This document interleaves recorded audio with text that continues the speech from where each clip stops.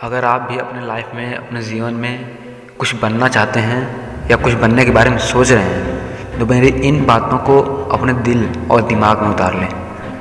जो हो चुका है उसकी परवाह करना बंद करो, कुछ नया सोचो, कुछ नया करो, आगे बढ़ो, पीछे ना जाओ। जो हो चुका है अगर उसी उलझन में पड़े रहे तो आपका आज प्रेजेंट टाइम आपका ख़राब हो जाएगा।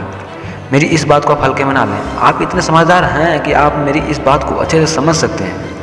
अगर आप वाकई पीछे घटने वाली घटनाओं को दिन रात अपने दिल और दिमाग में दोहराते रहेंगे तो आगे कुछ नया करने का निर्णय आप ले ही नहीं पाएंगे। जानते हो ऐसा क्यों होता है?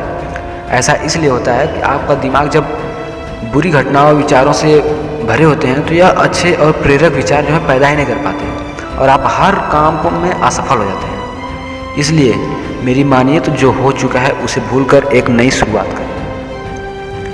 मान लीजिए एक कमरे में किताबों का एक विशाल ढेर लगा पड़ा है और आपको उसमें से एक विशेष किताब ढूंढने को कहा जाए और उस किताब को उस कमरे में लगे विशाल ढेर में से ढूंढ कर लाने में आपको कितना टाइम लगेगा आप बताइए? आपको बहुत ज़्यादा टाइम लगेगा, ऐसा मेरा मानना है। लेकिन उन्हीं किताबों को करीने से बुक शेल्फ में रख दिया जाए तो आपको उस विशेष नाम वाली किताब को ढूंढने में बहुत ही कम समय लगेगा। मेरी इस बात से आप सहमत हैं कि नहीं? सहमत हैं या नहीं आप अपना कमेंट कीजिए। मुझे लगता है आप सहमत होंगे। जिस तरह से किताबों के ढेर से कमरा भरा है ठीक उसी तरह से हमारा दिमाग जो है विचारों से भरा पड़ा है और उसमें काफ़ी ज़्यादा विचार भरे पड़े हैं, नेगेटिव थॉट्स।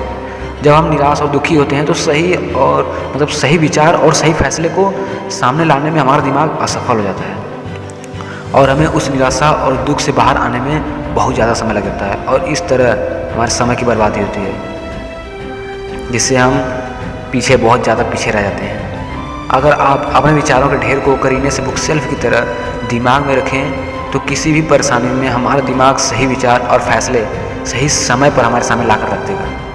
ऐसा करने का सिर्फ एक ही तरीका है, बस आप हर दिन सुबह में मेडिटेशन करना शुरू करो, क्योंकि मेडिटेशन में वह पावर है जो आपको अंदर से कुछ कर गुजरने की ताकत देती है, आपके दिमाग में चलने वाले उथल पुथल को शांत करती है और सही रास्ता दिखाती है और सही निर्णय जो है उसको लेने की क्षमता पैदा करती है। आपको जागना होगा और इस भ्रम को मिटाना होगा कि तुम कमज़ोर हो, तुम कभी न मरने वाला आत्मा हो, तत्व तुम्हारा सेवक है, तुम तत्व के सेवक नहीं हो।